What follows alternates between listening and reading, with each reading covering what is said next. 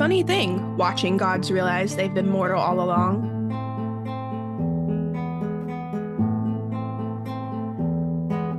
Welcome to the Busy Girls Book Club. We are a podcast that rates and reviews Book Talk and Bookstagram's most popular books and tells you whether or not you should take the time out of your busy schedule to read them. I'm Catherine. I'm Caitlin. And I'm Casey, and today we are reading a fantasy dystopian novel that is actually a little bit older, but has gotten this second life thanks to TikTok, and it's becoming really popular again, and lots of people are reading it, and lots of people are loving it. So it is Red Rising by Pierce Brown, originally published in 2014. The book follows main character Darrow, who is basically a miner on Mars. And they live underground. Mars isn't safe for, the atmosphere and everything isn't safe, but they are told that him and his community are mining this substance that will help make Mars livable. So yeah, they're very isolated, and they have these overlords called the Golds. So the main character is part of the Reds. The society is divided up by colors, and then those people have features that correspond with the colors. So like Darrow has red hair and red eyes, and then the Golds who lord over them have like gold hair, gold eyes. And so the Reds are basically like the slaves of this society. They hardly have anything. They're super impoverished, and they are supposed to compete with other Red tribes to be the most productive so that they can get more privileges like medicine.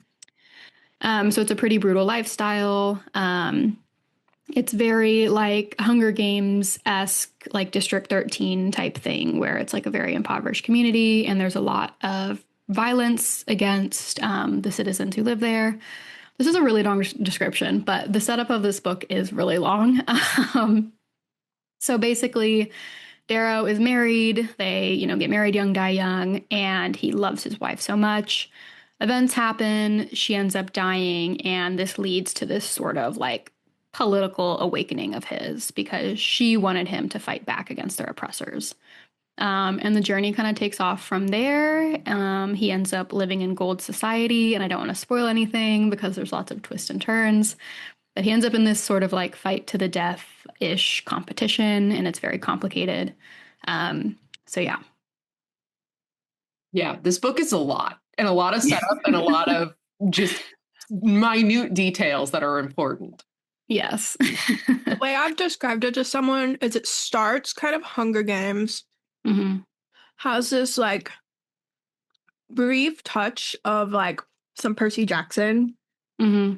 and a good portion of like the Will of the Many, but Yes. then goes like really feral from there. Yes. Game of Thrones. That was another one. I was like, I know Game there was of another one. It's Thrones. Game of Thrones for like 2/3 of the book. Yeah. Yes. It's like every super good, super popular fantasy mixed together into its own thing. Like super unique, also super brutal. So we will probably introduce some trigger warnings later in the episode. Because there are some really fucking dark parts of this book too. Oh yeah. Yeah. Anyway, before we do that, do you guys have reviews? Yeah. The 1-star reviews left me disappointed. I thought they would be more fun, but they were kind of just like boring, and like people just like DNF, I couldn't handle it. And I'm like, yeah, you're right, you couldn't handle it. Anyway, I found a 2-star review that I thought was funny, and I'm just going to read the first part of it. And it says, initial reaction, screams and throws book across the room. What the fuck I was supposed to love this? This was supposed to be as good as the author's face. He is quite attractive. He's gorgeous. The author is stunning. Like, especially after not to be rude, but most male fantasy authors are like sort of heinous looking. And he is that like, was so that was diabolical, but I said so not to be rude, like it made it better, but it's just true. Tell me I'm wrong. I'm listening, I'm waiting, and I'm not. And so he really stands out. Like, he is very attractive. That's a funny review. I have 3 different ones. So One of them made me chuckle based on something I've already said. 3 stars. I really wanted to be enamored by this book like everyone else seems to be. Reader, I was not. Go read The Will of the Many instead. Shit. And then I have 2 more. 5 stars. I haven't read a boy book in a while, so the sentence structure caught me off guard for the start. However, bloody damn brilliant. Gagged, sat, and ready to rise. Bloody damn is a word they use in the book a lot. And then there's a 4.5 star, and it just says, I could go fight a war right now. Yeah. Yes. I second all of that stuff, especially the boy fantasy stuff. Also, random note, there are a lot of reviews that say like, you know, finally took another stab at this book, or like second read, third read attempt. And so I do feel like part of the reason this book is having such a second life is much like Avatar: The Last Airbender, the political moment that we're in this country, because there were a lot of reviews where people were like, I don't know, this book just didn't resonate with me. And then I picked it back up and like, holy shit, it was so amazing. So definitely heavy political vibes. I would say it's also popular now because thanks to TikTok, the girls have got a hold of it.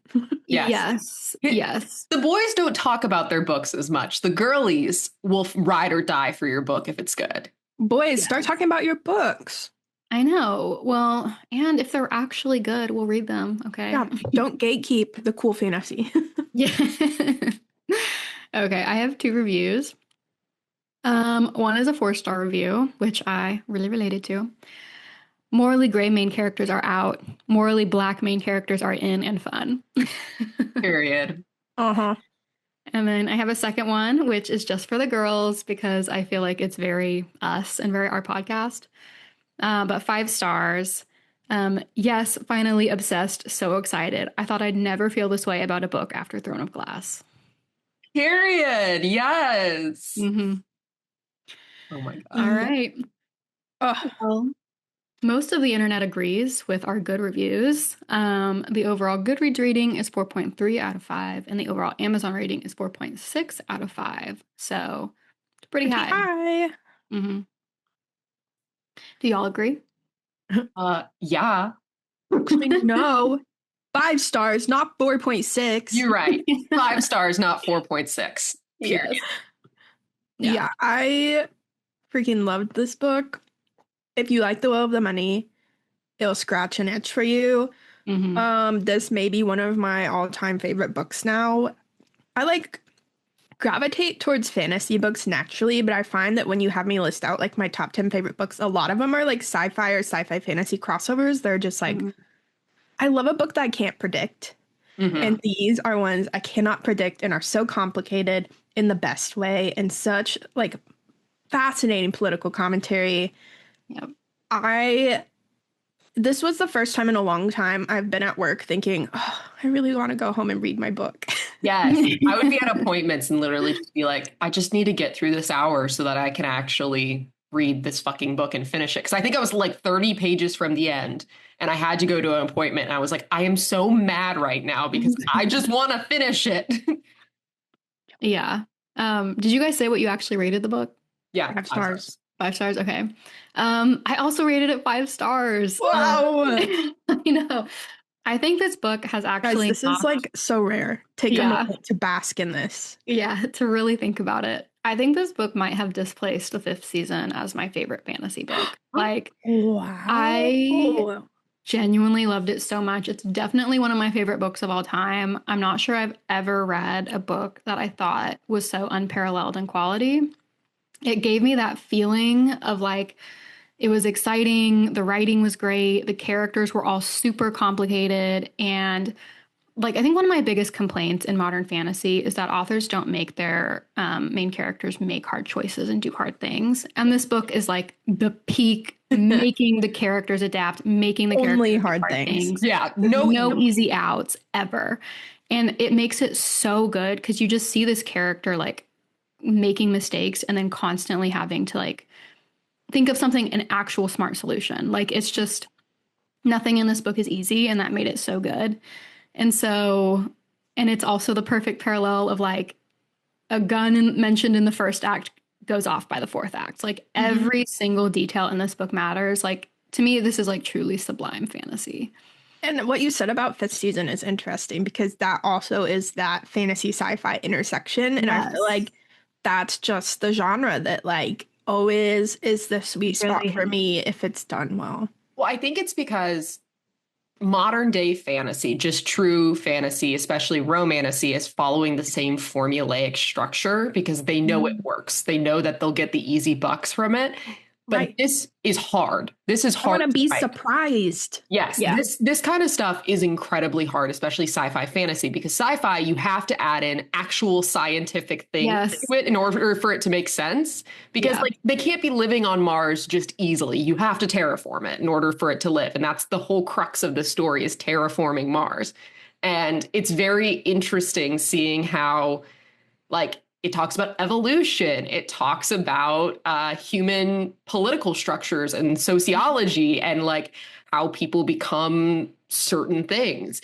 And so like it is hard to write a story with unique political systems, unique planetary systems, and just unique like characters and human evolution. Like this is the peak of true sci-fi fantasy. I would also say I like to read books by people who are smarter than me. So like this one, The Will of the Many, Project Hail Mary, like I'm not thinking of these things. You've kept me on my toes. Break it down. Explain it to me. You know, like I enjoy romantasy because I think it's like a comfort spot because I know what's going to happen. Oh, you got me on my toes. You have to break it. Like if you have to explain it to me, I can't stop reading.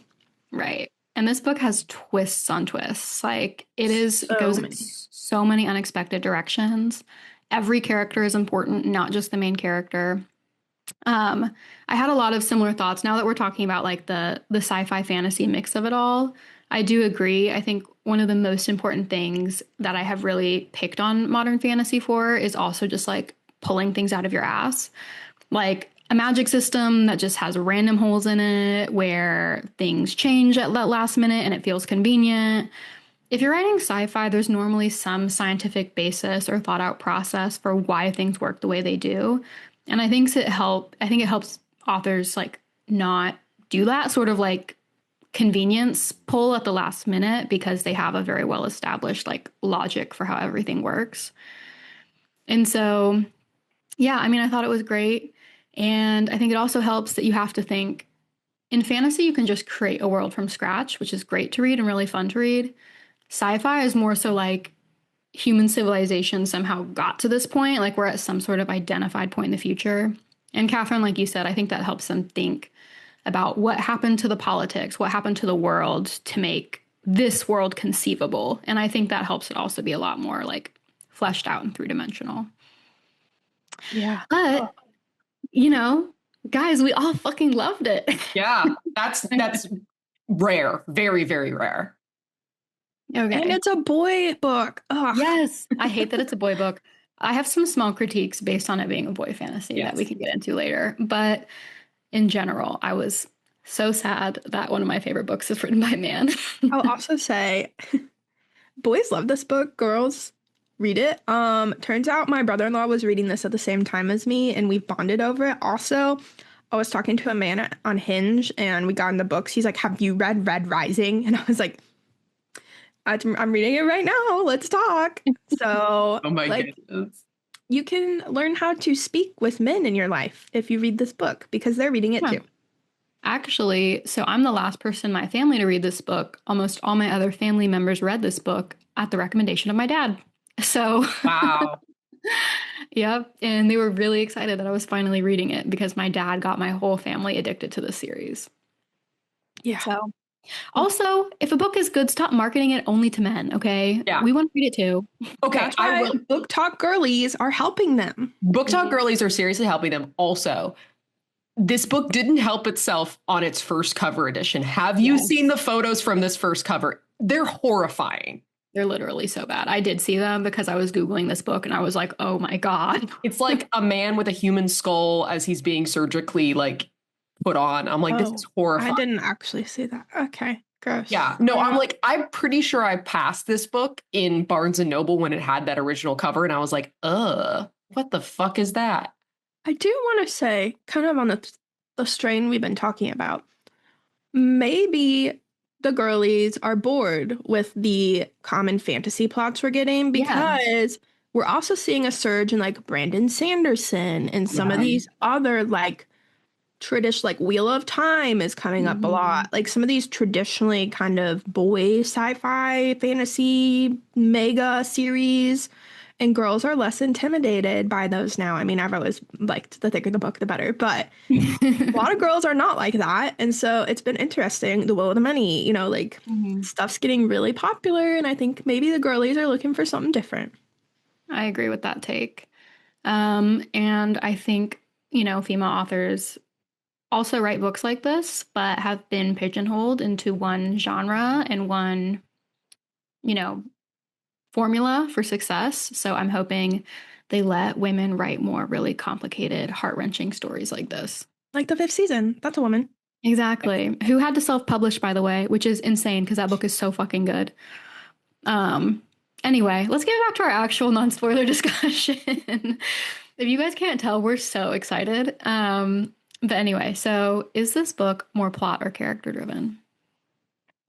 Okay, so it starts kind of plot, Mm-hmm. but I would say the last 2/3 are very character driven.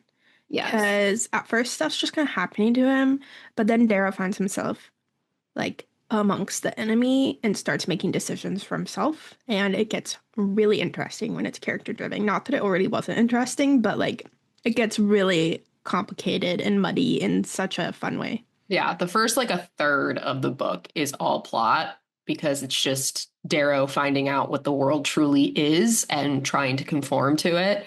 But then the last 2/3 is kind of a mix of character and plot because there's moments where people are outside forces are trying to stop him and like rig things. But he's the one reacting to it because then he's suddenly in power and he sees this power. And because of his status as a red and because of where he grew up, he knows how to game the system better because he experienced the system's brutality.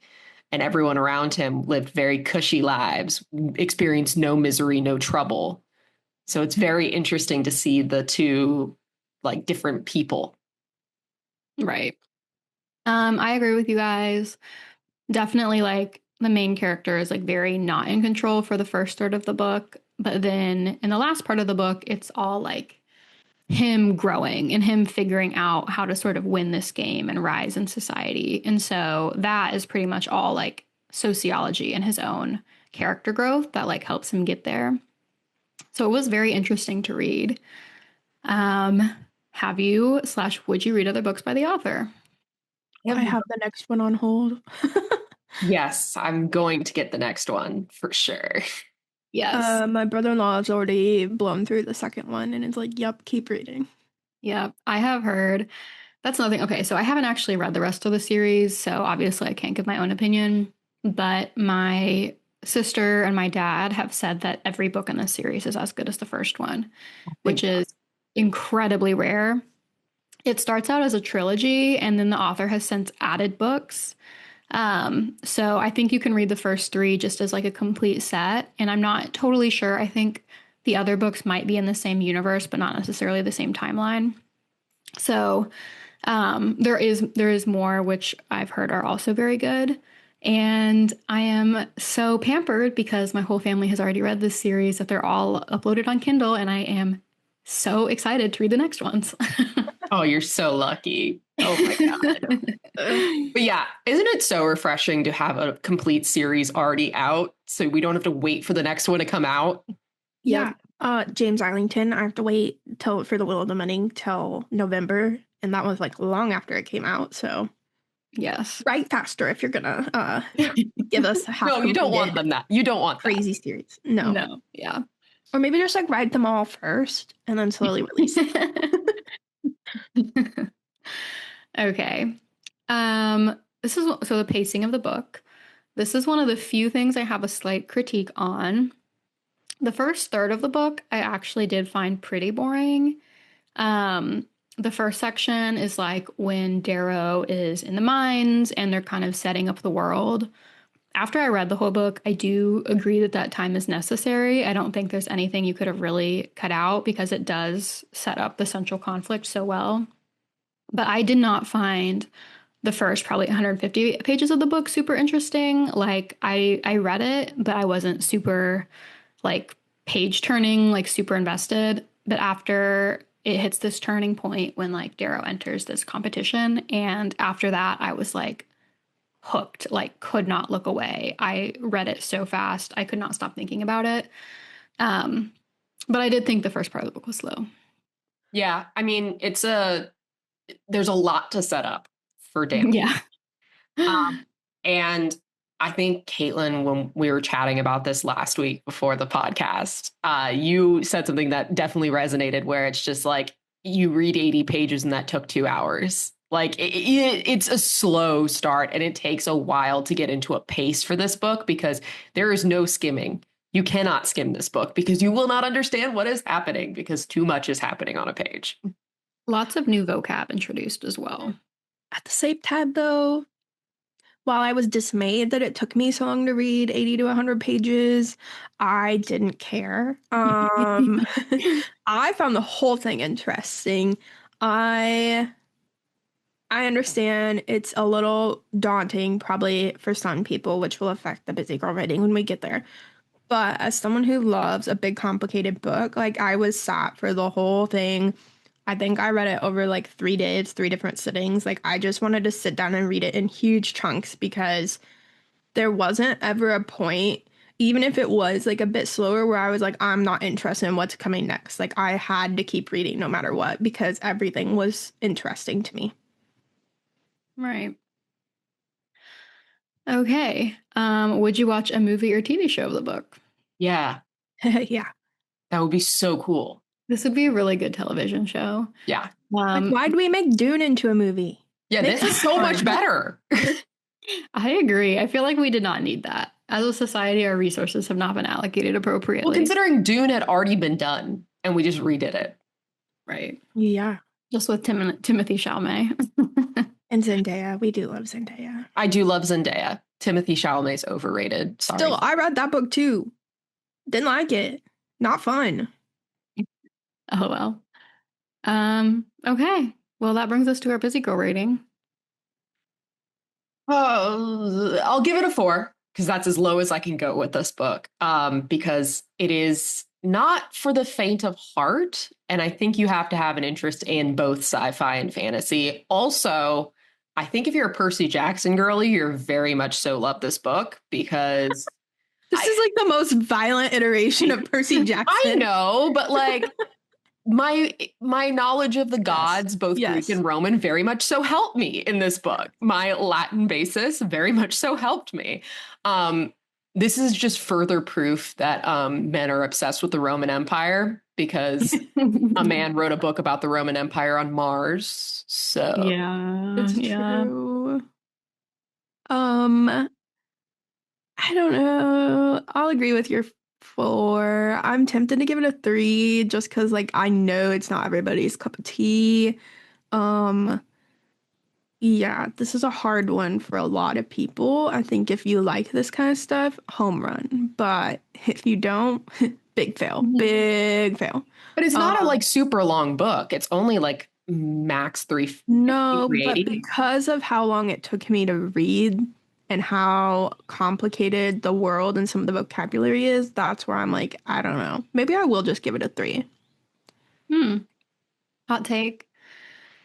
Well, I'm going to give it a 5. I literally don't care. I literally don't care. Everyone should read this book. I think a book this good, that's also not super long. Like every page is worth it. You truly get like every interaction matters. Every character matters. I feel like that's something I value really highly is like your time and the time you spend on it is not wasted at all. And it's so good. I think it's probably like among the best fantasy reads you could possibly pick up. So I think it's worth your time. Like, I just think this book is so worth it. And it's pretty short. So to me, this is a busy girl 5. Well, pretty short for us who reads 800-page stuff. Okay. If you can't read a 350, 380 page book, like It's time to go back to picture books. Like this is I feel like this one doesn't read like a 350-page book. No, It reads no, much it does. longer. It reads longer. It does read longer. I still think it's worth it. I think it's a 5. Okay. fair. We average out to a 4. I think that's fair. Yeah, that's fair. Yeah, that's probably how like most regular people would interpret this book. Yeah. Oh, let's do trigger warnings before we do the next part. Rape. Rape. Big trigger for rape. Slavery. Murder. Lots of murder. mutilation. Yeah. Yeah. Pretty much you name it, it's involved. Death of a spouse, grief. Yeah, it's like if any of those things sound concerning to you, I would definitely check out a more exhaustive list online before you read it. Because also, it's not like these things are just mentioned in the background. They're very much at the heart of some parts of the story, and it gets very dark and very intense. So, yeah, approach that with caution. So yeah, now that that's out of the way, spoiler alert section. Let's get into it, guys. What did you think of the world? And how about the caste system, which corresponds to different colors? Golds on top, reds on bottom. I was enthralled by all of the caste systems and the world. Even when we were in the mines, I thought it was very unique in how they would pit the lowest caste, the low reds, against each other to vie for the top spot just to get some little extra food rations and some medicine. And they rigged that to where only one will always win so that everyone else would hate the top group. Because it's just like, it is a brilliant case study in democracy and in like political systems. Because this does happen. Like people in power, if they want to stay in power, they have to, especially if they're not the majority, they have to pit the minorities against each other so that they don't all collectively come together and overthrow the top. And that's where you have like things like the French Revolution, where before that, they were all separated by their own prejudices and biases.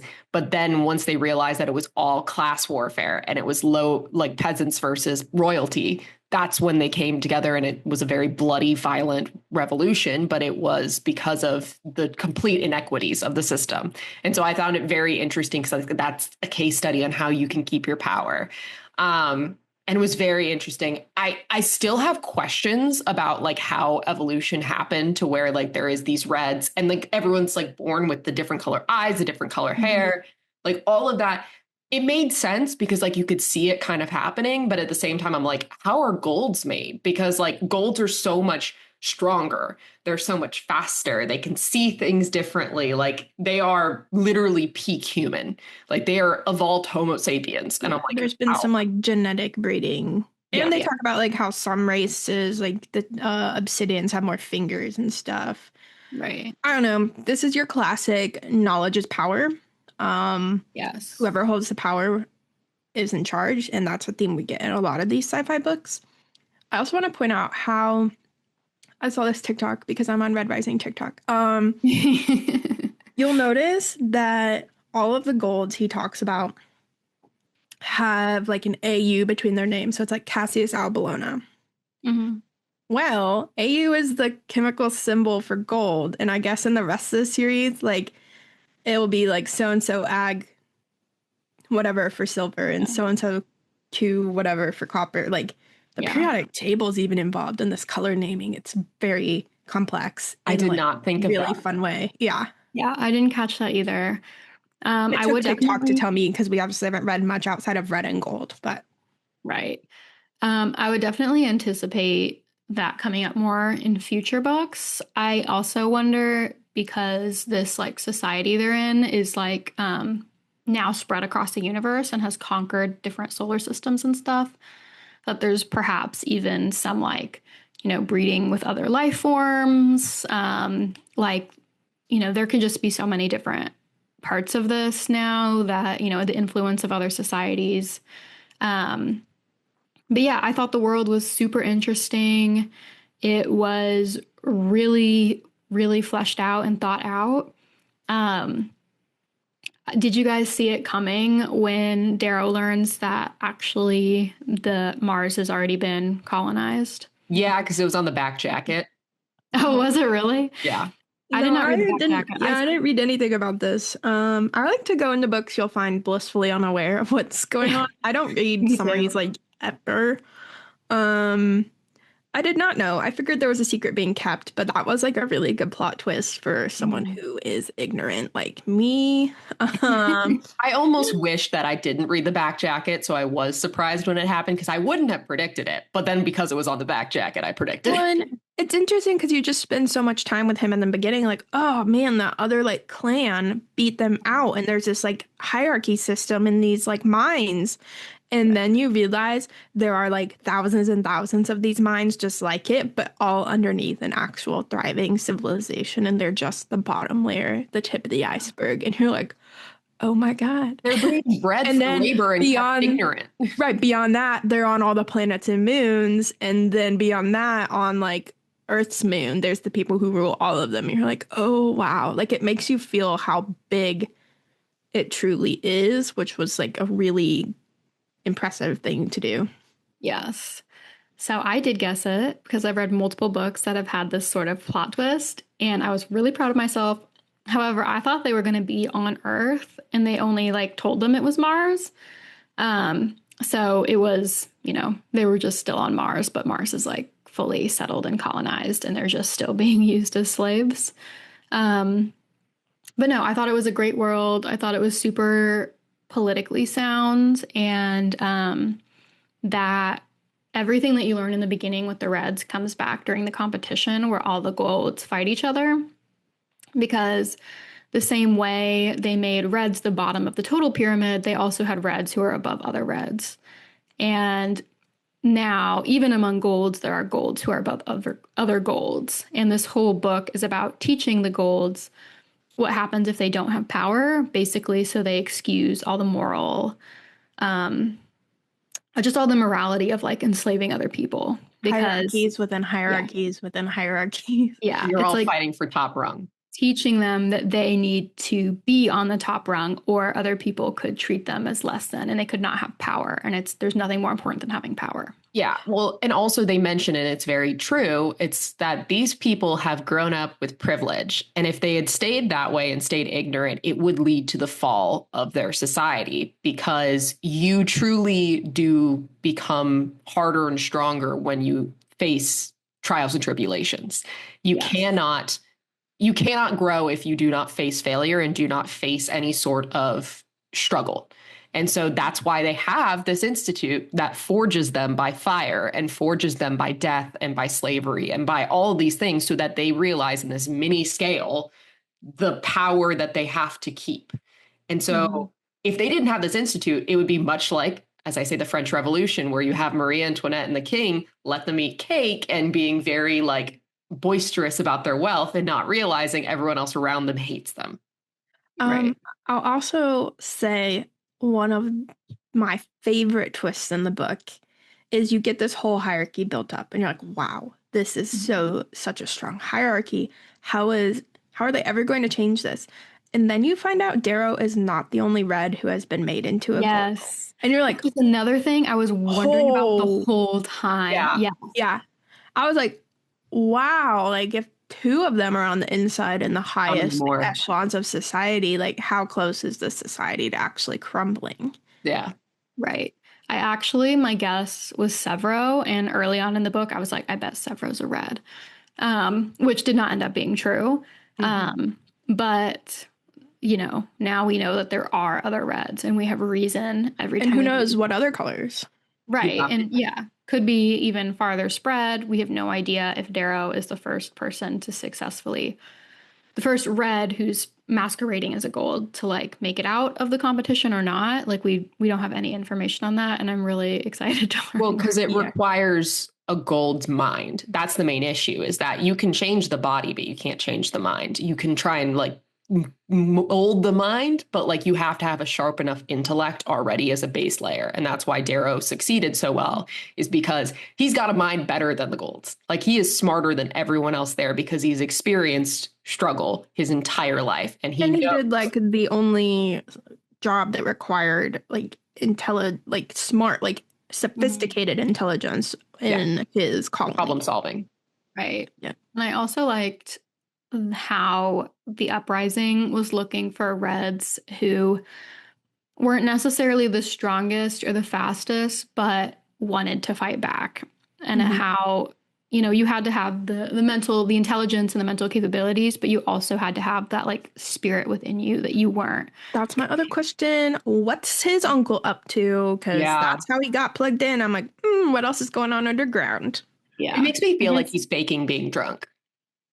It's like, it kind of puts you on edge a little bit, not in like a like suspenseful way, but you're kind of like, we can see all these little workings of like revolutionaries, even if they're not all working together. So it's like, what is really festering underneath everything, and how easy is it to topple?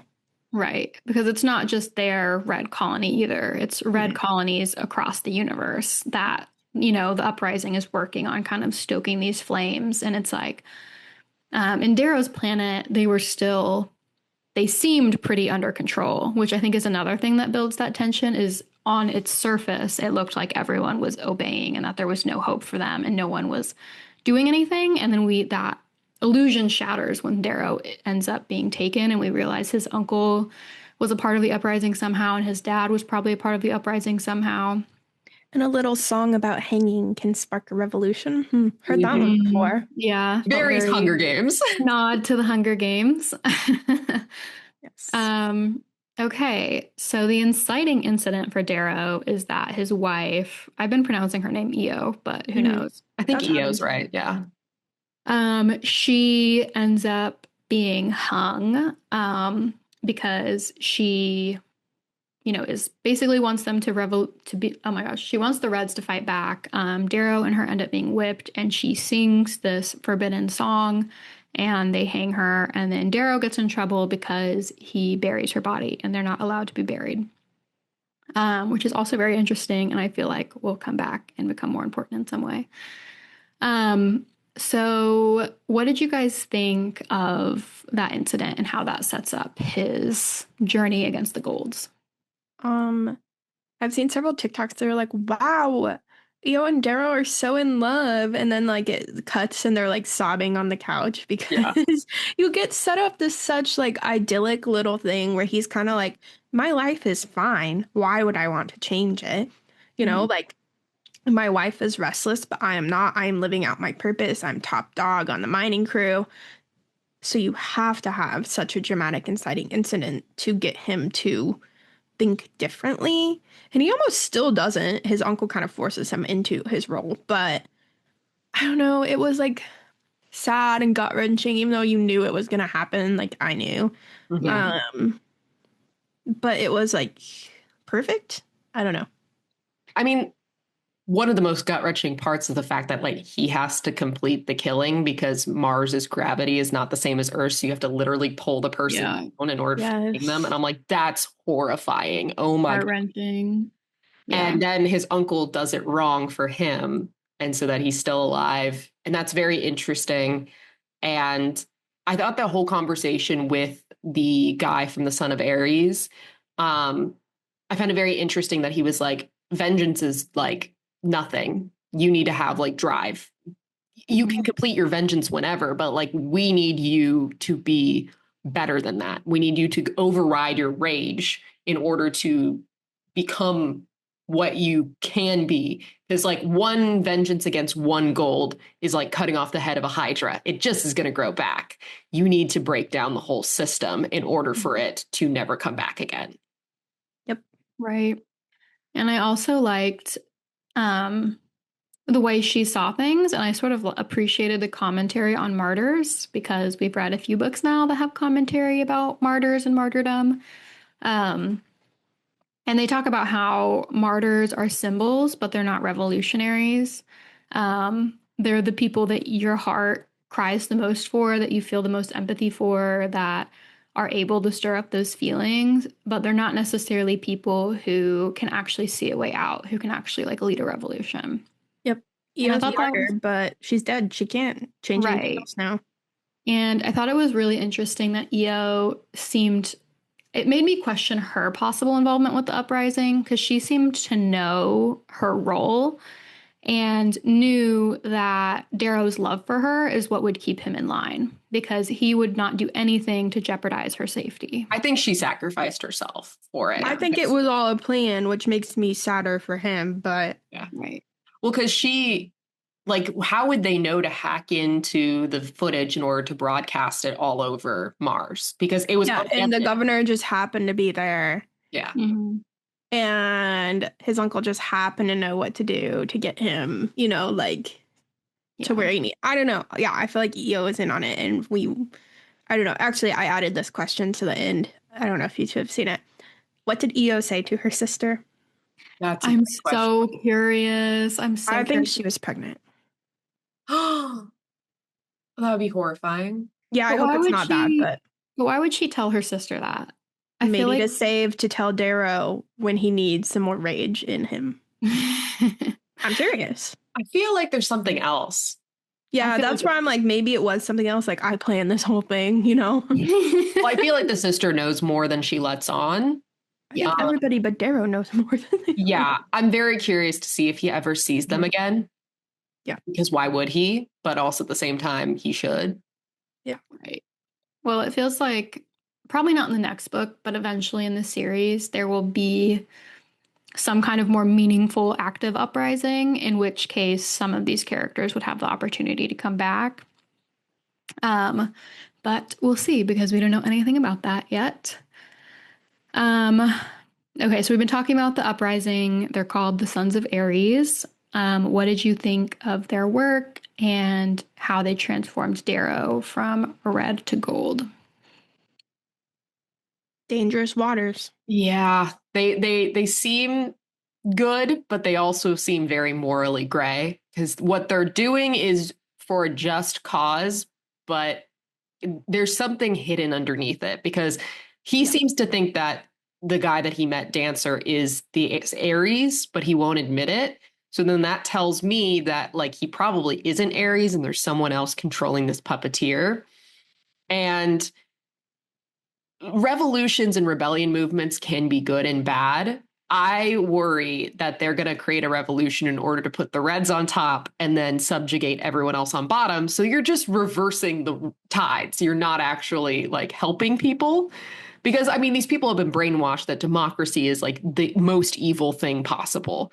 So there's no way they're ever going to go to a democratic system of government. Also, okay, I actually didn't think about this much before, but didn't Darrow's uncle pull his dad's feet? Yeah. Yeah. Maybe he's not dead. His uncle insists that he is, but that doesn't mean it's true.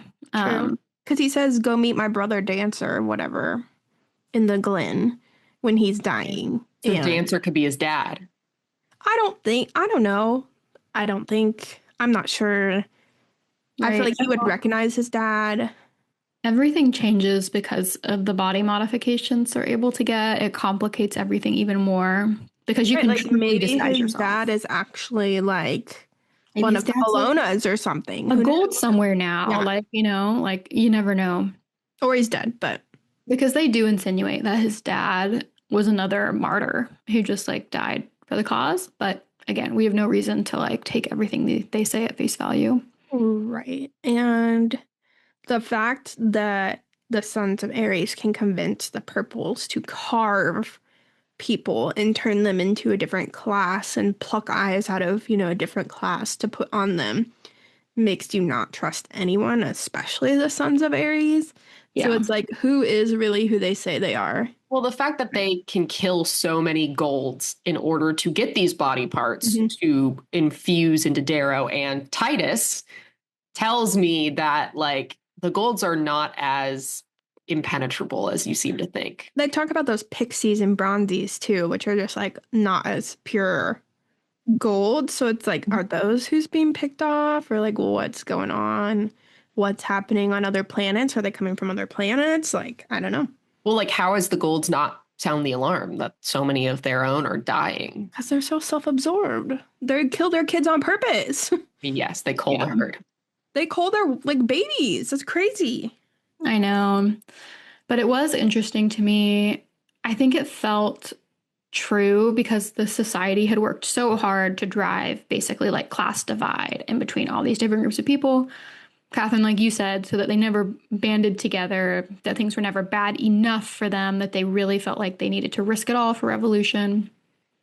But there's like a whole segment of people that are basically sex slaves and are forced to have sex with golds whenever golds want them. There's reds who are not minors but are the servants in gold's houses. Like Janitor.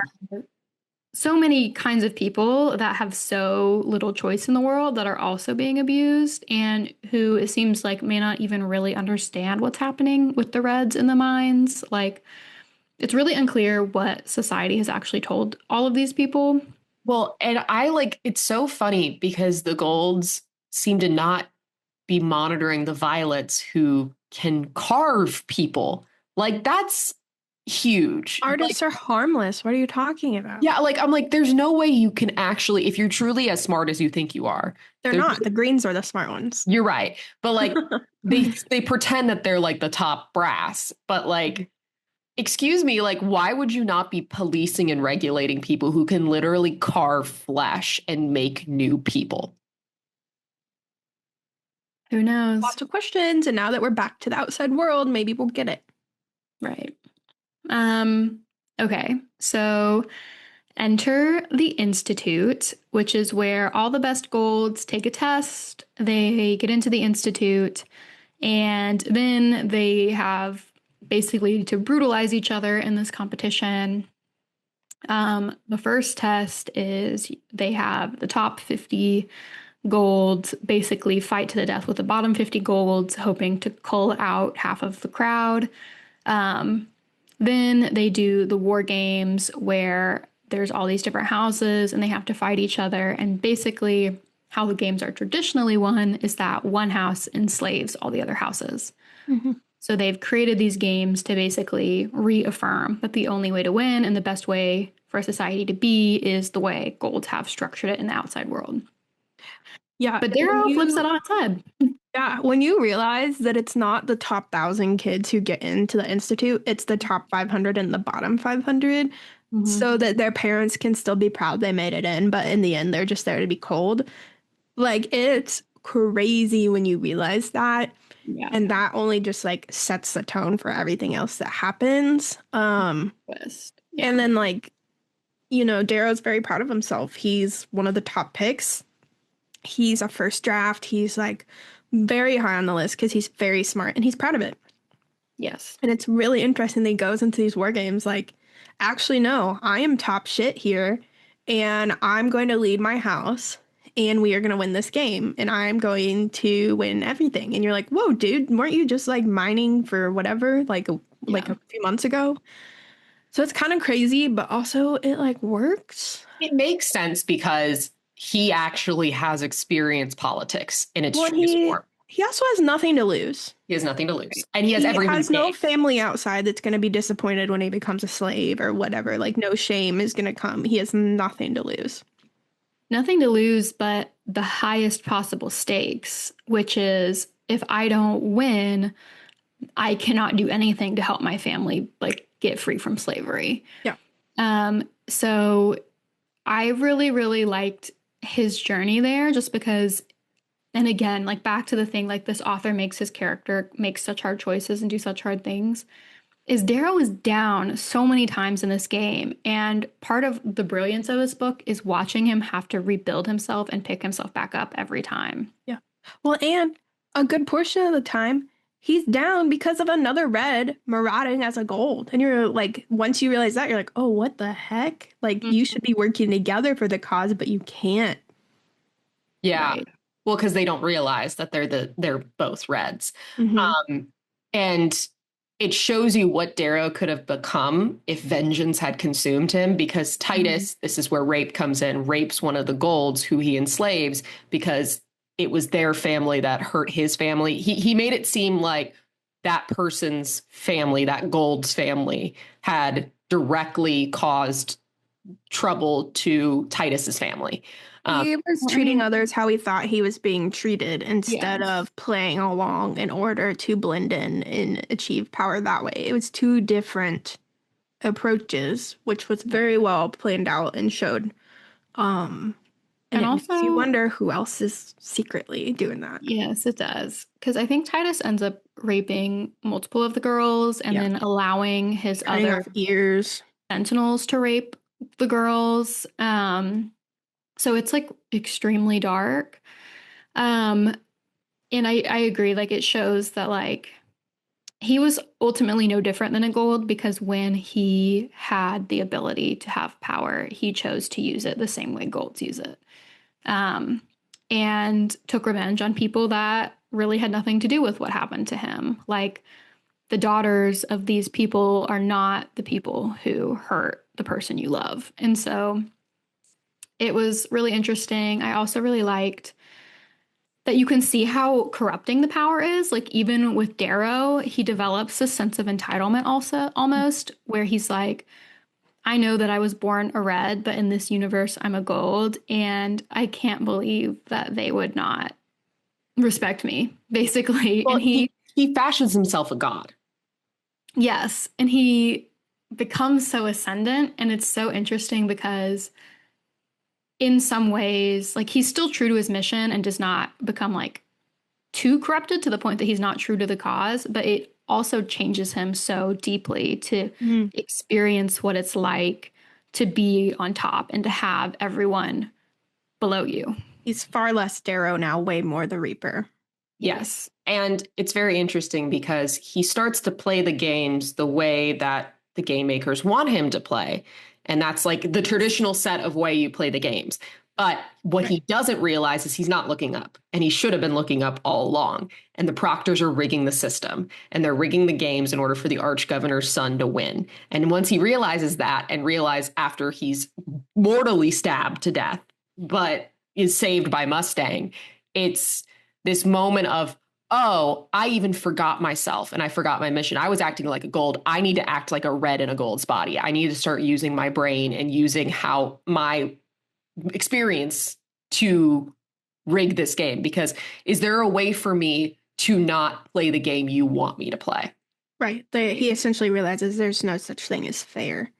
Right. And though it's a arena of 16, 17, 18-year-olds, like there's still someone outside who's deciding. So like there's always someone above you, no matter what an even playing field it looks like. And when he realizes that is when things change. And it got really interesting and even more violent. But yes, but it's so good because he is not really the person who realizes that. It's Mustang who shows him that you can change how the game is played. Well, and Ares kind of helps him too, Right. dropping Like, hints. you don't have to approach this the way they're telling you to approach it. You can change the paradigm and play by different rules. Yep. And that's how he ends up ultimately winning the game. Now that we mentioned Mustang, I do kind of want to segue into some of the book's treatment of women.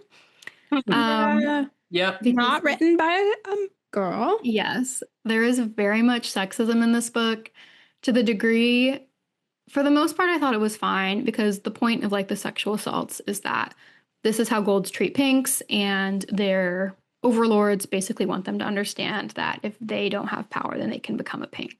So I'm like, fine. I understand that that's what, you know, the people who put together the Institute want these children to understand. But there are comments in the book like, oh, like you run like a girl, or, oh, go talk to the girls because you're not a strong fighter. And I was like, And that feels Mustang, a little does dark. Mustang cedes her power to him in the end, even though Yeah. she is by far the smartest person on the playing field. She's the smartest person, and he doesn't have a standard. All of the slaves are under Minerva. No, she's the entire reason that he gets to the end. And, you know, maybe in book 2, we'll figure out Mustang's actually the hero all along. But I doubt it. somehow, yeah, it's like simultaneously kind of icky, but also at the same time, a really good commentary on society still. Yeah. I do think, like, thinking back on the book, I don't know if this book passes the Bechdel test. It does not, which is what I was about to say. The only meaningful female character is the main character's love interest. Yep. Which Okay, is if she bullshit. okay, let's talk about at the end he thought she betrayed him. And I was like, yes, Please. yes, this is amazing. This is like a rivalry for the whole rest of the series. Like I thought it was gonna be the greatest plot twist ever, and I should have known. She didn't actually betray him. She just did what he She wanted. betrays her brother. It's I know. ultimately just a male fantasy. I wanted her to be the villain. I know, me Most- too. Most powerful, most gorgeous woman who's been by his side the whole time. She's And loyal. meanwhile, my female fantasy is for her to be the villain. Yes. Yeah, for her to fucking knife him through the throat, knife your brother and knife him. Yeah. And claim all of the power. But I do want to say, I have noticed this multiple times with male authors, and it really irks me.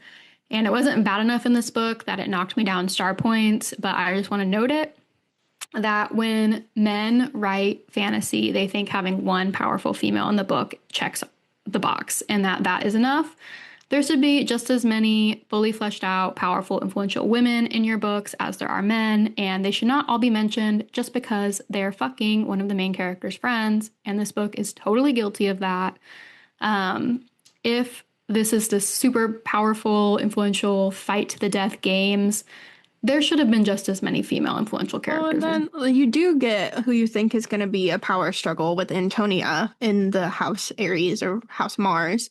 And she But she gets crucified because she is actually just a terrible human being, just like many of the others, but slightly worse. So, like, that's not girl power.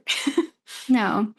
And one of the other leaders of the other houses, not Mustang, but the other one, the bread baking house. Cersei series. Series. Yeah, they just like don't get the same like epic ends that the men do. Like it's just not written, and I found that very annoying. Yeah, the It's like, girl leader of House Diana was just like chopped off her horse. right. And it just felt like men always got the upper hand on the women in the book. Yeah. I will say the saddest, no, not the saddest, but sad. The saddest demise of any character was Pax. Yes, I was like, no. My bubbling mountain of an oaf. I loved him. I know. He did get a good end, but I was like, no. I know. didn't It want was him to so devastating. But like the women also- didn't get that. They didn't get No. that. Like That's what I I'm mean, so they didn't- confused. Why was Pax in Minerva, which is the goddess of wisdom's group? Because he had no intelligence, no brains. I guess she just took him because he was obviously going to be like an amazing fighter. She was like, fine, I'll have this oaf in my house. Why not? she's smart enough to pick someone who's gonna help her leaders, you know? Right. Sure. And he was a good little follower. I'll say that He's a for good him. little follower. Little. Okay. Yeah, good gigantic follower. Yeah. But yeah, I'm just so mad that the women I feel like did not get the same epic treatment that the men did, the same epic deaths, the same epic strategy that was written out. And I almost wish that Mustang and him never got together. Yeah, I kind of do too. But I still liked it, but I could have seen a different path too. It was like a light romance too. They never like consummated, I don't think, you know? No, they just had really steamy makeout, Yeah. Because he's still in love with EO. which Yeah. is fair. Like, why are Yeah. you snogging your... Well, if you think And- about it, it has been like over a year. Yeah, it's been a long time. And they've gone through this super intense experience together, and neither of them would have made it out alive without the other.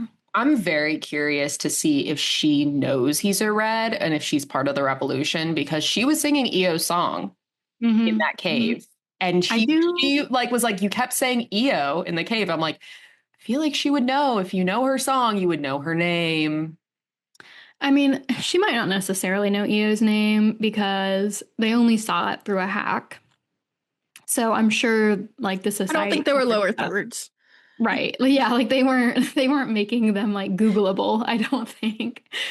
But I did wonder about her. I don't think she's a red, but No. she basically helps Darrow essentially invent democracy, like in the games. She's clearly jaded by something her father and brother have done and wants Yes. no part in it. And the fact that her father is rigging the games in favor of her brother and not her, when she's obviously the smarter and I think stronger of the two. Right. Like she's been shafted. Okay, but When her brother saws his own hand off, I was like, oh shit. Yeah, I was like, oh my God, you truly are a jackal. Jesus. That's the only time in the book I genuinely wanted to punch Darrow in the face. I was like, just kill him, you asshole. You don't need to get this symbolic win. Just kill No. him. Like, you are really dumb for letting him Saw his own hand off. saw his hand off and leave. And let me just tell you, Mustang would never. She would have known what to do. She did know what to do, though. She walked in and still let him say, okay, I'll talk to you later, and left. When she knew it was her brother, that was Yeah. I did not expect her to be the archgovernor's daughter. I didn't either. Okay, well, as much as I did love Mustang, I want to say that I think my favorite character in the book is Severo. Like, Yes. Yeah. Bro, and who was the poet guy who we thought Rogue. died and didn't? Rogue. I liked him a lot. I'm so Yeah. glad he was But alive. Severo, yes. When you find out he's the Praetor's son, you're like, Yes. shit. And that he killed Priam, which I kind of guessed. Yeah, that was But easy. you're like, oh, snap. Like, even the Golds don't actually know what's within their ranks. But also the fact that he is literally like a wolf boy. He's literally like crawling out of dead animal carcasses. yeah, Pretending to be a wolf pack leader. Like, what the fuck are you? It was Yeah. epic. it was. But I thought it was also great commentary. I mean, because he was treated like shit, even though he was one of the most competent members of the crew. But also that they managed to win by elevating the people in their Yes. group that were considered Howlers. least powerful and taught them to have power and taught them these skills that made them the most powerful unit in the group. Like, Because they were loyal. right. And also they fought differently. You know, like everything the Golds thought is super They massive. got their hands dirty. Super power, like hungry, power forward, like only the biggest can be the best fighters, which is ironic because then everyone in the book who wins and is like the most fearsome is because they fight with their mind and they fight through strategy. Well, they're not Also funny and both are should have used to, like, been- dueling. Yeah. Yeah. Silly dueling like Cassius. Yeah. But also, it should have been a Bullshit sign honor, that the Jon biggest Snow. bully who turned out to be a softie was named Pax, which is Latin for peace. Yeah, that's funny. That I is also very found it funny. interesting because the House of Mars is Ares in Roman form, and he ends up in Mars' house. Yes. Thing. Also, it fits just because of like the rage and the His revolution rage, of yes. it all. Yeah. And how they're like, yeah, this house never wins because they always just turn in on themselves. And Like, they that like makes sense. know that and still draft these kids thinking they'll be Yeah. the best of their house, you know? It is so hilarious to me that they basically sacrifice half the Mars kids just because they know that they're not actually equipped to like lead well. Then they're just going to like implode on themselves. And then the other houses are going to have to figure out how It to makes deal with you them. wonder how both Cassius and his brother ended up in Mars. Yeah. That is very true. I'm guessing that their father was in Mars' house because didn't they say But that? Mars never wins and their father won. True. Fascinating stuff. Maybe Cassius isn't daddy's little boy as much as he thinks he is. I don't know. He's kind of a prick, so. The prick. Yeah. Again, one thing I really did appreciate about this book is I feel like, appropriately represented that whole like honor perspective, Yeah. which always really triggers me in like male written media.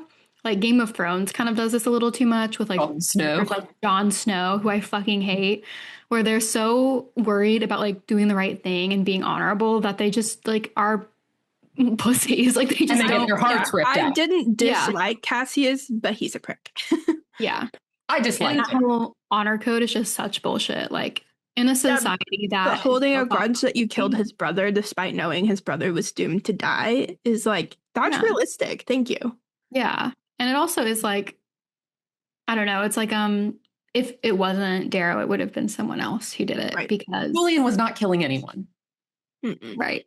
But it does make me wonder if Darrow being put with Oh, Cassie's purposeful. brother was on Absolutely. Super such purposeful. purpose. Because Yeah. they knew that Cassius was the only person who could rival Mhm. Darrow in that house. And so they had to make a grudge. Yes. And I think they wanted Cassius to kill Darrow, which What he I want to obviously know doesn't. is if they knew Priam would die. I bet they did not know that. Because I think that that was Severo. hubris. They And they didn't thought know that. Severo, would not be able to win. Mm. All right.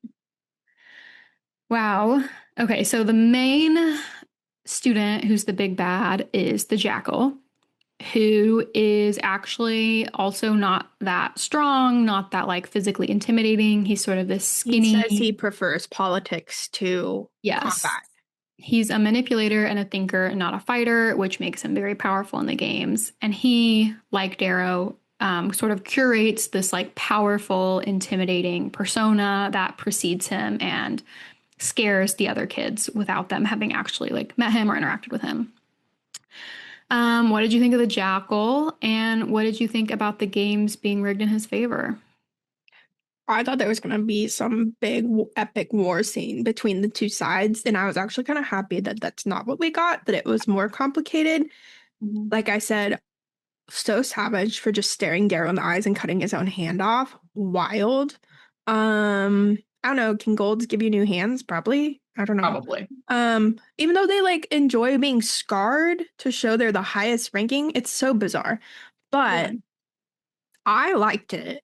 And I liked that his trickery was similar to Darrow's. So he like was masquerading as a weak person in another house and knew about the rings, had collected rings from fallen children from other houses, and it was just like playing this game. And Darrow figures it out because Darrow is smart, but he doesn't like figure it out all the way because he doesn't realize that he's Mustang's sister. Yes. Or brother. I liked the Jackal as an opponent. And I like that he ends up being another person who's smart and not, physically intimidating. I also think, so this is something this book gets really right, that The Will of the Many also gets really right, which is that most of the quote unquote top kids are actually pretty average and like they're just privileged softies that have had their parents stick up for them their whole lives. So they're actually not that smart. They're actually not that tough. They're actually not that strong. So I liked that was present in this book because the society has this whole charade about meritocracy and that the strongest will survive, when in actuality, which is the same as Will of the Many, there are rich, powerful people behind the scenes pulling the strings to make sure that their children come out on top and reinforce the hierarchy.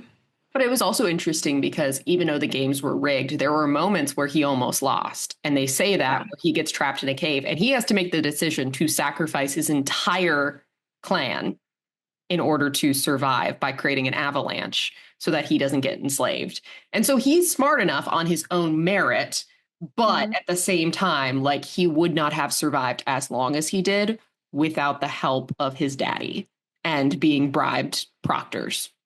And eating children. The fact that he admitted to cannibalism is crazy. But it was like such a perfect metaphor for how golds get in power. By eating each other. Yeah. Yep. Okay, my favorite part Why in the book. do we always end up with cannibalism? So true. We do read a lot of cannibalism. Why is that in? That's in more books than it should be, quite frankly. Yes. Okay, so my personal favorite plot twist that I did not see coming was that Darrow ends up fighting the Proctors.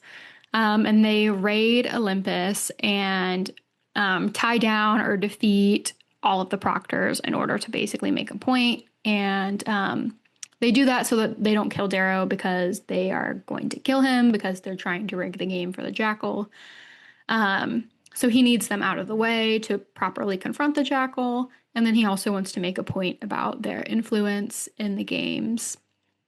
So yeah, what did you guys think of them doing that? Well, I didn't expect Darrow's like secret third option of a tribe made up of all the slaves of other houses. I kind of figured that was coming. Yeah, that was genius. And the fact that you can earn your freedom through raiding other houses, and then also him taking the lashes because he learned from his experience from killing Titus that like you can't like instill like hope and trust unless you're the one taking the beating.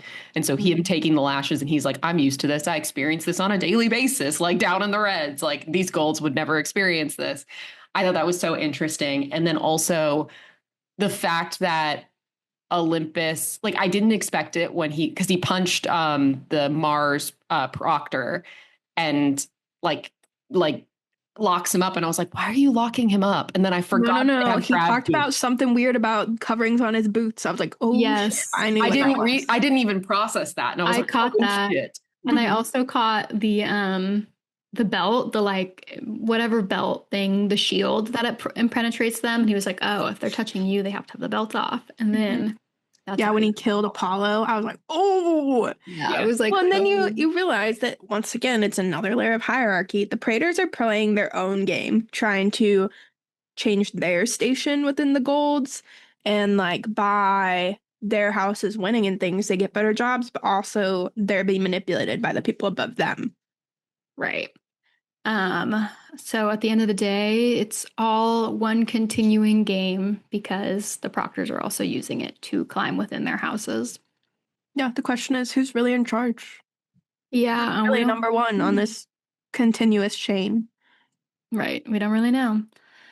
Okay, so the very, very end, the games are over. Darrow is the winner. Everyone, this sort of like reality that these kids are in, which is sort of crazy because no adults come to help them. And so this game becomes their reality, even though they know like the real world is still outside. And, like, the Medbots save some people, but not all of them. Not all of them. Nope.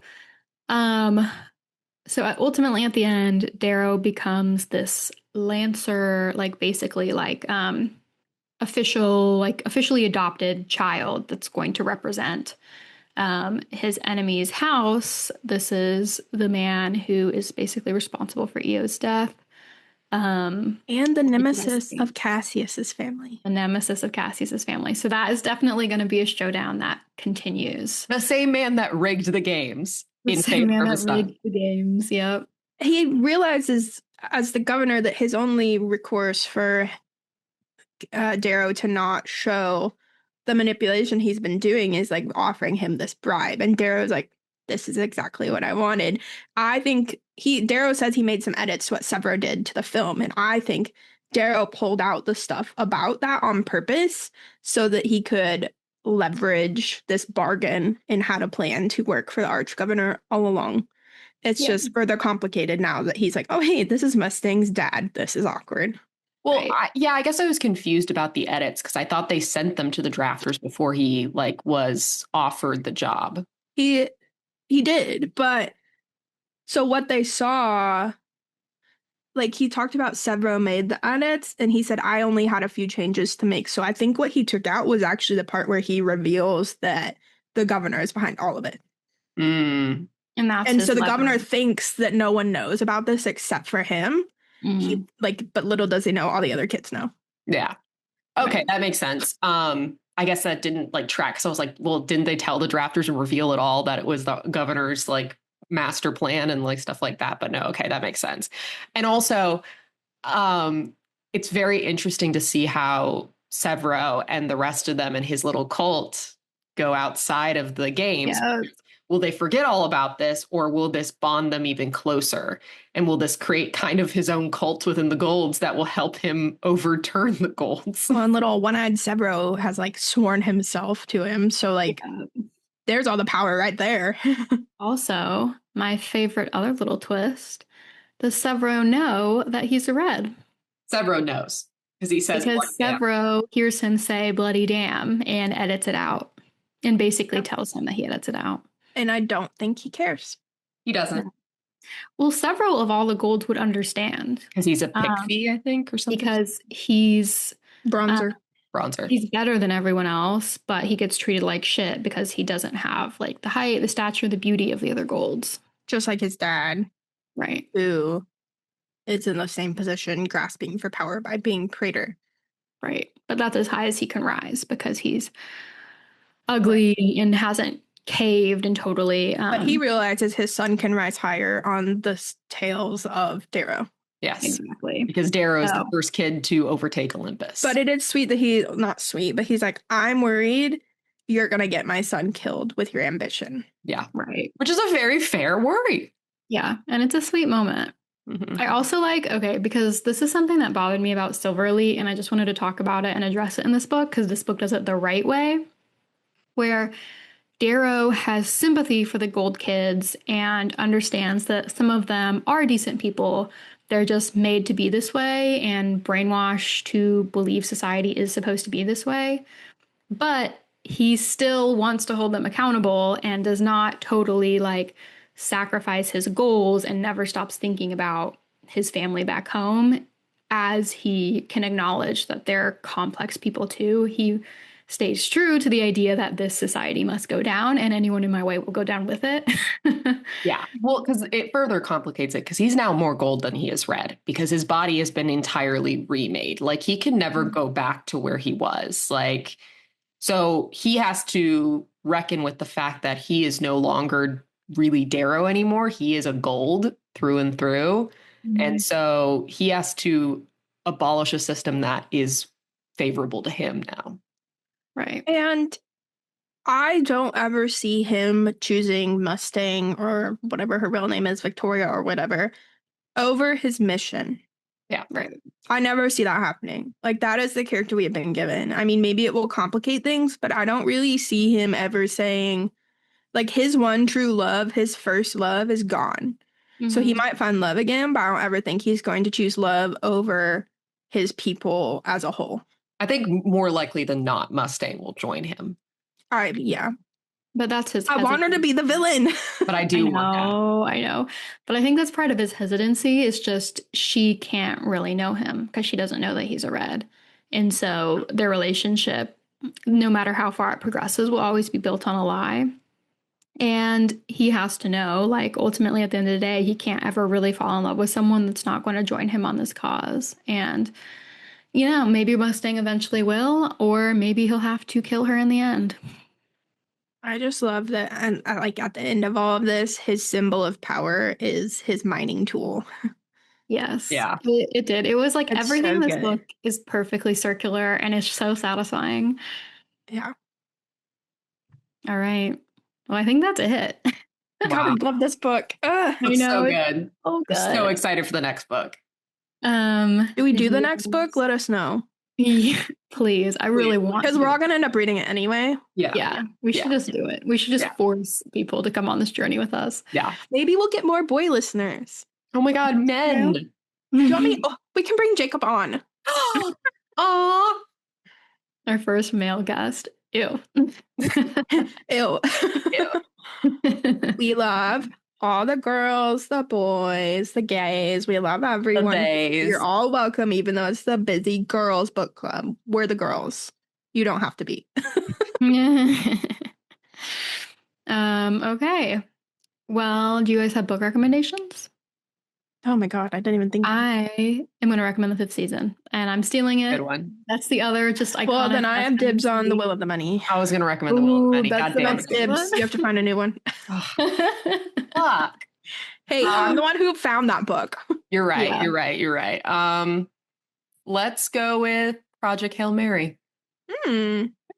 Space sci-fi with the best character on the planet. True.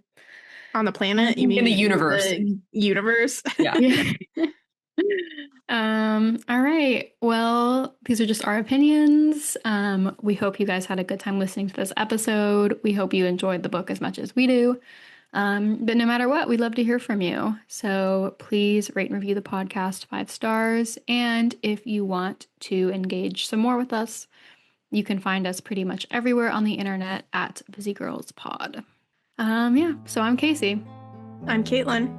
And I'm Catherine. Thanks for listening. And when you get a chance, take a break with the Busy Girls Book Club.